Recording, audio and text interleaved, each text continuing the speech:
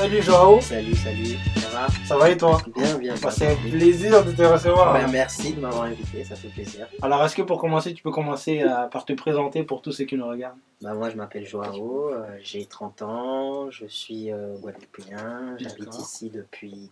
Quand je dis ici, c'est en France depuis 10 ans, et puis à Marseille depuis 4 ans, voilà. Ah, t'étais à Paris, si t'en avais marre, t'es parti à Voilà, Marseille. je suis parti, voilà, soleil, même s'il n'y en a plus trop maintenant, mais voilà. Ça va revenir, ça va Ça va revenir. revenir vite, ouais. Alors, pour commencer, est-ce que tu peux nous parler un peu de ton parcours Bah, alors, donc, comme je te disais, moi j'ai grandi en Guadeloupe jusqu'à mes 20 ans. Donc, D'accord. bah, voilà, j'étais dans une famille antillaise, père martiniquais, mère guadeloupéenne. D'accord. Mais voilà, ma vie, je l'ai faite là-bas. Et je suis parti ici 2 ans après le bac. D'accord. Et donc, je suis arrivé à Paris. J'étais déjà sensibilisé, on va dire, aux questions politiques, mais sans être dans une organisation ou quoi que ce soit. Mais Oui. tu vois, juste, disons que j'ai une mère qui a Qui était assez engagé? bah, elle a jamais été dans un groupe politique en tant que tel, mais par D'accord. contre, elle a toujours eu des discours sur le racisme. D'accord. Elle était plutôt un peu Ouais, politisée. voilà, quoi. exactement. Et puis, par exemple, j'ai toujours eu, ça va la faire rire si elle entend ça, mais elle a toujours eu des discours critiques sur la police, par exemple. D'accord. Moi, depuis que je suis enfant, j'entends des trucs genre, ouais, la police, etc. Donc, du coup, j'avais une conscience de certaines injustices, tu vois, Oui. sans par exemple mettre des mots comme violence policière ou des Oui. choses comme ça. Mais c'est vrai que j'ai pas du tout grandi avec l'idée que tout le monde part avec les mêmes chances, Oui. ou que la justice c'est la justice, que la police c'est que le bien, etc. Enfin, j'avais déjà conscience de certaines choses, mais c'était pas formalisé dans le militantisme. Et en arrivant ici, c'est vrai qu'à Paris, comme je suis arrivé pour la L3, donc la licence, La licence? et du coup, bah, tu sais, dans l'université, il y T'as avait vu des la grèves. réalité, quoi, oui. Ouais, il y avait des grèves. Et puis aussi, c'est pas pareil, tu vois, quand tu vis. La Guadeloupe, pour moi, c'est une terre qui est encore colonisée, mais c'est pas la Oui. même chose Mhm. quand tu es malgré tout en majorité noire. Alors, Oui. le colonialisme, il est dans ton assiette, dans ce que tu manges, dans ce Oui. que tu regardes Oui, et oui, tout. oui. Mais c'est pas la même chose quand même, parce que tu quand même pas en minorité numériquement parlant. Ouais. Donc, surtout quand tu es plus jeune, tu conscientises pas autant la question raciale que quand Ouais. tu arrives et que du coup, tu sais, les gens et la façon dont ils te regardent. Ouais. Et c'est important de rappeler quand même dans les milieux intellectuels, parce qu'on a souvent une vision caricaturale du racisme ici, où on aime bien prendre l'exemple de monsieur et madame Dupont, qui sont Oui. à la campagne, Oui. qui sont prolos, etc., et qui disent des bêtises. Non, c'est pas que ça. Moi, par exemple, c'était à l'université, des gens qui se trompaient tout le temps. Tu sais, gens, ils disent « Ah, Martinique, etc. » Tu vois, tu Oui. leur dis 20 fois « C'est Guadeloupe. » Guadeloupe, Et oui. c'est pas que c'est pas Ils grave. disent Hein. oui, c'est la même chose. Mais voilà, oui. tu vois, moi ça me dérange pas qu'on me dise je suis martiniquais ou guyanais, peu importe, mais ce qui est intéressant c'est de voir qu'ils peuvent pas se rappeler, parce que pour eux c'est pareil. C'est pas important, quoi. Tu vois, ils ont compris que c'était pas l'Afrique subsaharienne, donc du coup, voilà, c'est parce que l'Afrique, Ils sont on dit juste Afrique, déjà subsaharienne, c'est. Ils disent pas. Tu sais, c'est Ouais. juste l'Afrique. Ouais, c'est juste là. Et donc après sûrement, il y en a qui devaient être allés en vacances en Martinique, donc du coup c'était que Martinique. Des petites choses un peu bêtes comme ça, ou le fait que. Je sais pas, moi, il y a quelqu'un qui m'avait sorti un truc hyper caricatural une fois sur la Guyane. J'étais Ouais. censé savoir des trucs en Guyane, je me dis, mais Ouais. tu sais, c'est hyper éloigné. loin. Enfin, tu vois, c'est pas, Ouais, c'est même carrément. pas comme si tu dis, tu prends le bateau pour aller en Martinique, c'est 4 Ouais. heures, machin. Je veux dire, la Guyane, Ça c'est loin. Il me vaut, parlait ouais. comme s'il était censé savoir, mais j'ai compris que c'était ridicule parce que c'était des trucs. Tout l'imaginaire de la Guyane, ce serait qu'une forêt. Enfin, tu vois, des trucs un peu Ouais, je vois bêtes ce que comme tu veux ça. dire, Donc, ouais. du coup, je me suis dit, ok, on est à l'université, c'était la Sorbonne, tu vois. Et tu faisais quoi à l'université? Moi, je faisais des études d'histoire. D'accord. Et du coup, tu dis, bon, tu arrives dans un milieu plutôt intello, Oui. donc il y a les bêtises que les élèves sortent, et Mm. on pourrait dire, tu vois, c'est pas la fin du monde, Oui. mais en même temps, c'est des choses qui expriment quelque chose de plus grave, quoi. C'est-à-dire, c'est le reflet. Ça reflète de la société. Ah quoi. oui, oui, le reflet de la société. Et si ça, c'est juste tu vois, c'est des petites bêtises que les gens vont te dire. Quand tu comprends après les politiques que la France mène, que ce soit en Caraïbes ou en Afrique, tu te dis, Ouais. mais en fait, c'est pas étonnant que dans le quotidien, les gens te sortent des idioties comme ça. C'est parce Ouais. qu'en fait, ça cache des choses beaucoup plus graves. Donc, c'est pas juste des choses sur lesquelles il faut dire, oh, c'est pas Et grave. c'est tout ça qui t'a un peu Ouais. poussé dans ton militantisme aujourd'hui. Ouais. C'est du coup, tu rencontres des gens. Moi, j'ai rencontré du coup des Noirs antillais et africains qui avaient grandi du coup ici. Et D'accord. qui pour eux, ils étaient habitués à ces Entendre trucs-là. ce genre de choses. Ça veut pas dire qu'ils avaient forcément des stratégies antiracistes, tu vois, il y en a qui Ouais. étaient plutôt dans un truc de... Parce qu'on était en minorité dans Mhm. ces facs-là, et Ouais. surtout après la licence, ça se réduit encore plus. Le nombre d'étudiants se réduit, mais le nombre de Noirs se réduit, le C'est nombre vrai. d'Arabes se réduit. Et du coup, après le master, etc., tu avais des gens, moi je voyais... Donc tu as poursuivi un master ici. Ouais, j'ai D'accord. poursuivi, et en fait... tu voyais les stratégies un peu différentes que les gens devaient adopter, soit se conformer. Mhm. Moi, j'avais discuté avec une prof qui m'avait dit mais en pensant me faire comment dire, un conseil sympa en me disant bon, parisianisez-vous, assimilez-vous jusqu'à ce que vous réussissiez. Après, vous faites ce que vous C'était voulez. pour rire ou c'était vraiment sérieux? C'était un conseil, mais en même temps, je comprends ce qu'elle voulait dire. D'accord. C'est-à-dire, mais ça, en fait, c'est même pas le fait qu'elle le dise qui est grave, c'est ce que ça révèle qui est grave. C'est qu'en gros, elle me disait en gros, tu vas pas faire la révolution à la fac. Ouais. Donc, assimile-toi jusqu'à ce que tu as une position. Une fois que tu as ta position, Tu fais ce que tu tu veux. fais ce que tu veux. Mais voilà, il y a une culture qui est dite légitime, les autres trucs que tu sais. Parce qu'on nous demandait de savoir certains trucs, tu vois, de culture générale, qui Oui. pour moi, ça paraissait pas être la culture générale, mais je savais plein d'autres trucs que du coup, on demandait pas, qui étaient liés Oui. à l'histoire de la Caraïbe. Mais Oui. du coup, tu passes pour un culte, alors qu'en fait, tu sais des trucs qu'eux, ils savent pas. En fait. C'est juste qu'il y a une culture légitime qu'il faut savoir, des trucs, tu sais, des exemples musicaux, des trucs dont j'en avais rien à faire, et je savais pas, genre Brassens ou je sais pas quoi. Oui. Et voilà, c'est là que tu vois qu'il y a un décalage et que les gens pensaient que ce qu'ils savaient à Paris était universel, alors qu'en fait, il y a plein d'endroits du monde où, pardon, on s'en fiche, tu vois, on a d'autres choses à penser. Mais carrément.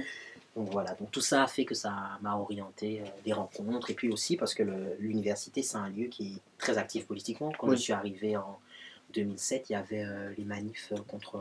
le travail? Non, pas encore, c'était CPE, je crois que c'était CPE, hein, si je me trompe pas. Je crois que c'était CPE. D'accord. Ouais. En 2007, d'accord. Ouais. Okay. Si je me trompe pas. En tout cas, je sais que j'ai fait des manifs la première année. Oui, c'était CPE.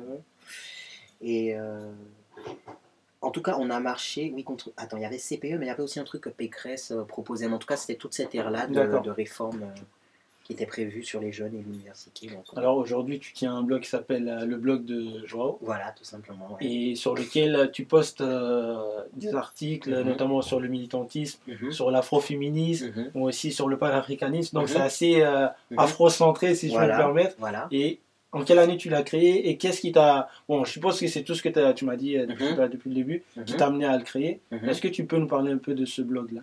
Alors, le blog de Joao, ça c'est 2015, mais j'avais commencé à bloguer en 2010. D'accord. Et du coup, c'était plutôt vraiment récit à la première personne. Je me parlais de, tu sais, genre un blog de racontage de vie, entre guillemets. Donc il y avait une dimension politique dans le sens où, ben, quelque part, je conscientisais la migration, ce genre de choses, le fait d'avoir bougé, etc. Okay. Je considère que c'est une migration, puisque pour moi, la Guadeloupe, c'est un autre pays que la France, mais c'est un pays colonisé, donc... c'est pas une migration statutairement parlant. Ça pourrait être un bon sujet de débat pour les du SR, ça. Voilà, tu vois, statutairement parlant, c'est pas une migration, et là-dessus, je veux être clair, je suis pas du tout dans la galère que, par exemple, des frères ou des sœurs africaines vont se trouver sur les papiers, donc là-dessus, il faut être très conscient de ça, et c'est pas un discours désinvolte quand je dis c'est pas la France, je sais très bien qu'administrativement, ça l'est, et que ça apporte des privilèges, des choses comme ça, mais je pense que politiquement, il faut revendiquer que c'est pas normal qu'un pays appartienne à un autre, donc, même si j'ai conscience que faut être solidaire. Tu vois, moi par exemple, juste une parenthèse, je me dis pas français parce que je suis guadeloupéen, je me dis français parce que j'habite en France. D'accord. Parce que je me dis, il faut être solidaire des gens qui se battent pour avoir le droit de rester ici, pour leur famille. Donc tu peux pas juste dire, moi je me reconnais pas dans la France. C'est le cas, mais il faut revendiquer le fait que c'est parce qu'on habite ici qu'on a le droit de rester ici. On lutte avec les gens qui luttent pour les papiers. Par contre, pour moi, guadeloupéen, c'est autre chose. Par exemple, ma mère, qui n'a jamais vécu ici, elle n'est pas française, elle est guadeloupéenne, point barre. Moi, je suis guadeloupéen et français. D'accord. Donc voilà, tout ça pour dire que le blog, il parlait un peu de ça au tout début, mais c'était vraiment genre racontage de vie, la première personne. Et après, j'ai eu envie de changer, de passer à un truc plus distancié. C'est-à-dire que j'écris beaucoup moins sur ma vie personnelle. D'accord. Même si des fois je dis je, parce que je dis beaucoup je, mais c'est beaucoup plus distancié et c'est beaucoup moins, si tu veux, le côté émotion, ressenti, tout ça, il transparaît peut-être dans la forme d'écriture, mais il est plus explicite. Et ouais, en 2015, je me suis dit, je change quelque chose, je prends une forme de blog où je réfléchis plus, comme si je fais une sorte de truc... c'est pas de la socio, parce que ça s'appuie pas sur une méthode particulière. C'est des réflexions. Ouais, plus distancié en tout cas, plus distancié et politique dans le sens assumé, c'est-à-dire en termes de mouvement social. Tu parles d'un mouvement social, tu parles depuis la position d'un militant dans un mouvement social, l'antiracisme, tout ça. Donc voilà, cette version-là, c'est 2015, mais j'avais commencé à écrire en 2010. Aujourd'hui, comment ça évolue? Moi, ça fait un moment que, on va dire que ça s'est beaucoup ralenti dans l'écriture. D'accord. Et limite aujourd'hui, c'est pas tellement le blog qui est centrale dans, on va dire, mon activité, c'est plutôt la page Facebook du blog. D'accord. Parce que du coup, la page Facebook, c'est par exemple, chaque fois que je poste un article, le plus souvent, pas toujours, mais on va dire la plupart des fois où je poste un article, je vais faire un commentaire dessus, mais tu vois, c'est 5 lignes, et ça ne demande pas la même rigueur et la même attention que écrire un article, même s'il va être court, tu vois. Tu sais que c'est un truc, la forme article fait que tu as envie que ce soit un peu sérieux, et bon, déjà pas de faute d'orthographe, même si j'en reste toujours un peu, mais tu vois, ça demande un autre travail. Alors que là, le Facebook, c'est quand même une plateforme où il y a plein de gens. Et aussi, un truc que j'ai remarqué, c'est qu'il y a un côté où les gens, des fois, ils ont peur, tu vois, surtout quand tu es des gens, par exemple, qui sont de classe pop ou qui sont noirs ou arabes, tu sais, on leur a fait comprendre à l'école on leur a fait intérioriser l'idée que les trucs intellectuels, c'est pas pour eux. D'accord. Et ben, j'ai remarqué que, par exemple, ils ont un rapport qui est absolument distancié à mon blog. Ils y vont jamais. Par contre, ils lisent tout le temps la page Facebook. Du coup, je me dis, la page Facebook, c'est un peu plus facile, en fait, pour... plus sympa à investir. D'accord. Déjà parce que je me prends moins la tête et je me prends moins au sérieux. Donc, du coup, des fois, je dis des choses plus clairement. Et moins, tu vois, des fois c'est moins chiant. Tu passes moins par des entourloupes pour faire comprendre certaines choses, quoi. Tu vois, par exemple, la façon dont je te parle, un post Facebook, je le ferai comme ça. D'accord. Alors que l'article, il y a quand même la crainte que ce soit relu par des gens qui vont être parfois élitistes et hyper critiques. Je vois. Et du coup, ça fait que des fois, des choses que j'aurais pu dire simplement, dans l'article, je vais les dire d'une façon compliquée, alors qu'en fait, le post de blog aurait, sur Facebook en tout cas. Donc voilà, Facebook aujourd'hui, je pense que c'est un truc qui permet de... Et c'est quoi les réactions? Les retours que tu as? De tout, il y a vraiment de tout. Honnêtement, majoritairement, c'est positif. Bon, après, des fois, je reçois des messages d'insultes, pas forcément des commentaires, mais des messages privés. C'est pour ça que j'avoue, la messagerie du blog, je la regarde pas trop, parce que des fois, je tombe sur des trucs, ou alors des pavés, de trucs... Globalement, mon problème, c'est plutôt on va dire, l'extrême gauche. Là où j'ai le plus d'antagonisme, c'est vraiment avec l'extrême gauche traditionnelle. C'est-à-dire des longs pavés de messages ou de commentaires pour m'expliquer que non, la vraie question, c'est pas le racisme, c'est la lutte des classes, etc. etc. Et donc c'est vrai que ça, j'y réponds plus, parce que je me dis qu'il y a quand même plein de gens qui ont écrit et qui l'expliquent encore mieux comment la lutte des classes peut pas être victorieuse si tu n'as pas une pensée sur le racisme. Et puis quand tu vois il y a plein de grèves en ce moment, enfin c'est pas nouveau, mais je veux dire, quand tu vois l'actualité des grèves qui sont médiatisées, parce que c'est pas tant qu'il y a tout le temps des grèves, mais leur médiatisation elle varie. Aujourd'hui, tu as une grosse médiatisation via le Bondi Blog de la grève des travailleurs dans le métro, par exemple. Hier, j'ai vu par hasard qu'il y a une grève qui a commencé au KFC de Châtelet. Quand tu vois les salariés, tu vois que c'est majoritairement des gens qui sont issus de l'immigration postcoloniale, tu vois. Donc, c'est soit des Maghrébins, soit des... Donc, pour toi, la base avant de se battre pour la lutte des classes, entre guillemets, c'est d'abord de se battre contre le racisme. Bah, disons que c'est même pas... Ça ne fonctionne même pas comme une étape, mais c'est juste que l'un a... Qu'en gros, je pense qu'il faut être de mauvaise foi ou pas vouloir voir que le prolétariat, c'est quand même une majorité... proportionnellement en tout cas, c'est pas tu vois, c'est pas un nombre absolu, mais proportionnellement quand même le prolétariat, c'est la majorité des personnes qui sont issues de l'immigration sont prolétaires. Les quartiers populaires, quand tu vois qu'il y a, tu vois, je vais dire des observations très simples de quand tu prends le métro et que tu quittes le centre. Il y a des quartiers populaires à Paris, évidemment, mais il faut voir qui habitent. C'est des Asiatiques, que ce soit Sud-Asiatiques ou Asiatiques de l'Est, c'est Antilles, c'est Afrique nord et ouest, majoritairement aussi centrale, et de plus en plus de l'Est en France. Donc quand même, tu as des éléments pour voir que ce qu'on appelle classe populaire, c'est pas une réalité. Et du coup, les deux peuvent se faire ensemble quand même. Oui, mais après, je pense que l'extrême gauche française a des... Bah, tu sais, je le dis aussi brutalement que je le pense, et ça dans l'antiracisme on le dit, c'est des blancs, donc il y a des intérêts eurocentrés, on peut dire.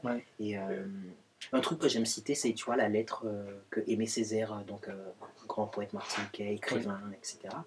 Il a écrit une lettre de démission du Parti communiste. Et en fait, je trouve que ce document-là, il faudrait limite qu'on le lise quand on entre dans la politique, que ce soit parce que c'est une lettre dans laquelle il dit au PC... Bon, je le dis avec mes mots, mais lui, il le dit avec tout son talent et tout. En gros, il dit au Parti communiste, bon, vous allez arrêter de faire passer l'anticolonialisme après votre conception de la lutte des classes. Ce n'est ni le marxisme ni le communisme que je renie, c'est l'usage que certains ont fait du marxisme et du communisme que je réprouve. Ce que je veux, c'est que marxisme et communisme soient mis au service des peuples noirs, et non les peuples noirs au service du marxisme et du communisme. Que la doctrine et le mouvement soient faits pour les hommes, et non les hommes pour la doctrine ou pour le mouvement. Et bien entendu, cela n'est pas valable pour les seuls communistes. Et si j'étais chrétien ou musulman, je dirais la même chose. Qu'aucune doctrine ne vaut que repensée par nous, que repensée pour nous, que convertie à nous. En bref, nous considérons comme de notre devoir de conjuguer nos efforts à ceux de tous les hommes épris de justice et de vérité pour bâtir les organisations susceptibles d'aider de manière probe et efficace les peuples noirs dans leur lutte pour aujourd'hui et pour demain. Dans ces conditions, je vous prie de recevoir ma démission de membre du Parti communiste français. Parce qu'en fait, l'anticolonialisme, c'est une lutte des classes. Si tu vois, quand tu regardes ce qu'on appelle les rapports Nord-Sud, ben, le Nord, c'est majoritairement c'est l'Euro-Amérique, l'Europe, les États-Unis, le Canada et tout. Enfin, c'est l'Occident, disons.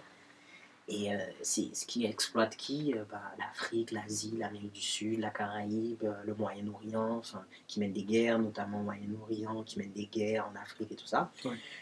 Donc je veux dire, ne pas voir qu'il y a un rapport d'exploitation du Nord sur le Sud et que c'est un rapport qui est racialisé. Enfin, je suis désolé, c'est pas moi qui ai inventé. Enfin, je veux dire, il y a une mauvaise foi, donc du coup... Mais qu'est-ce qu'il faudrait, selon toi, aujourd'hui pour lutter efficacement contre le racisme, par exemple?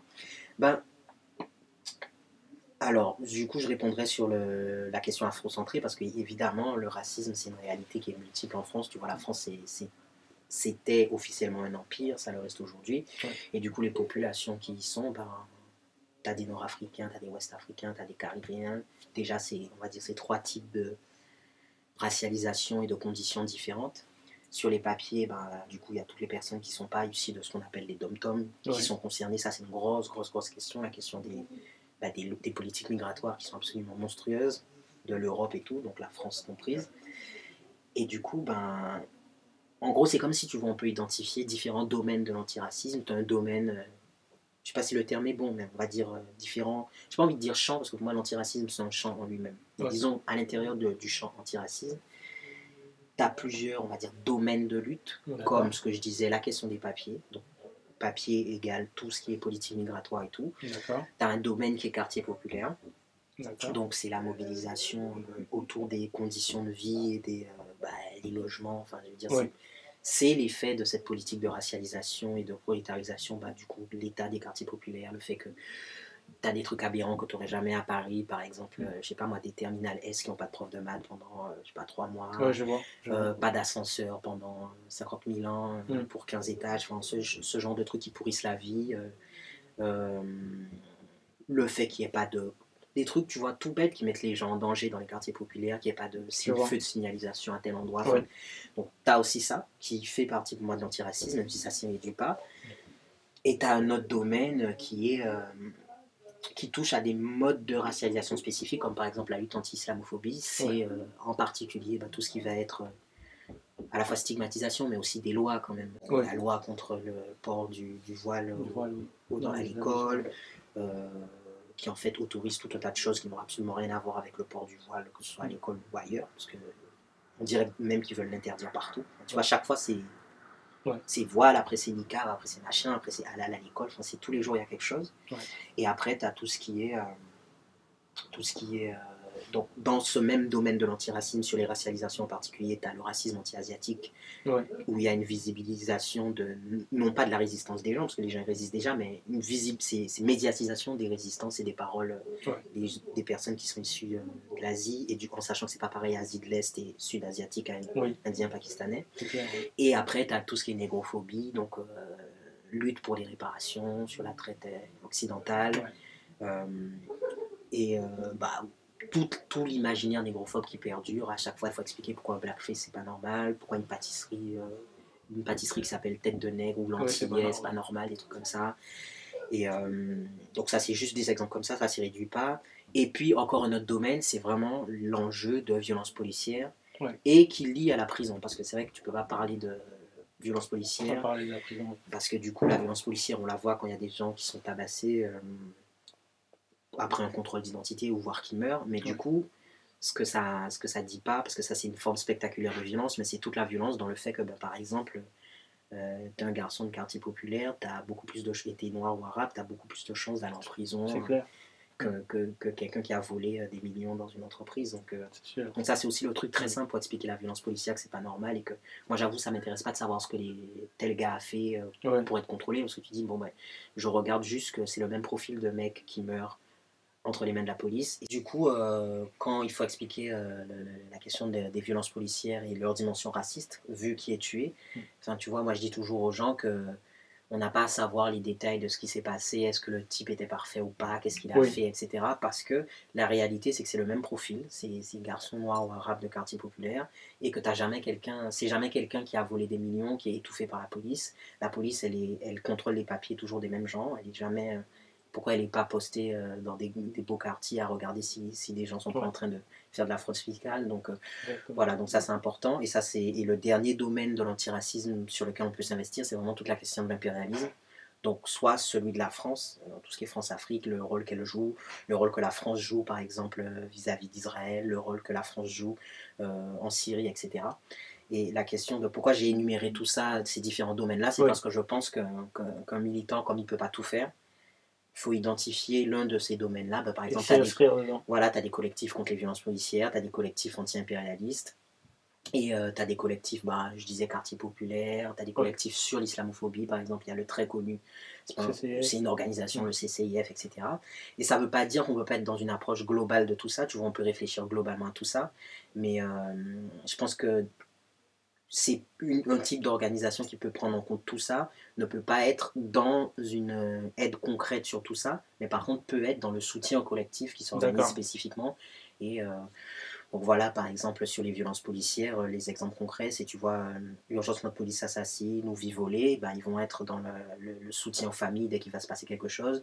Et ils vont c'est eux qui vont nous, sur leurs réseaux sociaux, vont nous expliquer ce qui se passe. Donc voilà, les manifs contre les violences policières, et puis l'aide, le soutien aux familles, ça c'est un des exemples. Et sur l'impérialisme, c'est créer des liens avec les gens sur place. Par exemple, je sais pas moi, au Burkina Faso, tu as le ballet citoyen, au Togo, tu as les manifestations actuellement. Si tu es dans un collectif anti-impérialiste ou panafricain, du coup, construire des liens locaux pour pas juste être... Tu vois, tu as un relais de ce qui se passe là-bas et t'organises... Donc les solutions, ce serait plus des mobilisations, des manifestations, des grèves, etc. Oui, en tout cas, s'organiser politiquement. C'est vrai que j'ai pas parlé de la question de salariale exploitation parce que c'est vrai que j'ai tendance à, comme beaucoup de gens, j'imagine, à ne pas voir ça comme une lutte antiraciste, mais plus comme une lutte, on va dire, de gauche traditionnelle. Mais si on revient à ce que je disais au début, quand tu vois que le prolétariat, c'est majoritairement des gens... Et ça ne veut pas dire que c'est grave parce que c'est majoritairement des gens issus de l'immigration. C'est grave en soi d'être prolétaire parce que c'est grave en soi une société de classe. Mais je veux dire, vu que c'est la réalité, que c'est majoritairement des gens issus de l'immigration, c'est l'une des dimensions. Par exemple, tu vois, moi je lisais des choses sur un mouvement qui s'appelait le mouvement des travailleurs arabes. C'était dans les années 70, si je ne dis pas de bêtises. Et c'est vrai que, oui, c'était une dimension de la lutte antiraciste. Ils parlaient de racisme et de leurs conditions. Donc voilà, pour résumer, je dirais juste que la question de comment régler les choses, c'est vraiment s'organiser. Il y a une phrase panafricaine, un slogan panafricain connu que Hamzat Boukari, d'ailleurs, qui est un militant panafricain, cite souvent dans ses posts Facebook, c'est Don't agonize, organize. Donc ne restons pas... On la voit souvent, celle-là. Ouais. Et ça me fait penser au nom d'un journal martiniquais communiste d'il y a longtemps qui disait, ça dit à peu près la même chose en créole, ça dit assez plairer en nullité, ça veut dire arrêtons de pleurnicher et organisons-nous, quoi, tu vois. Le message est passé. Donc,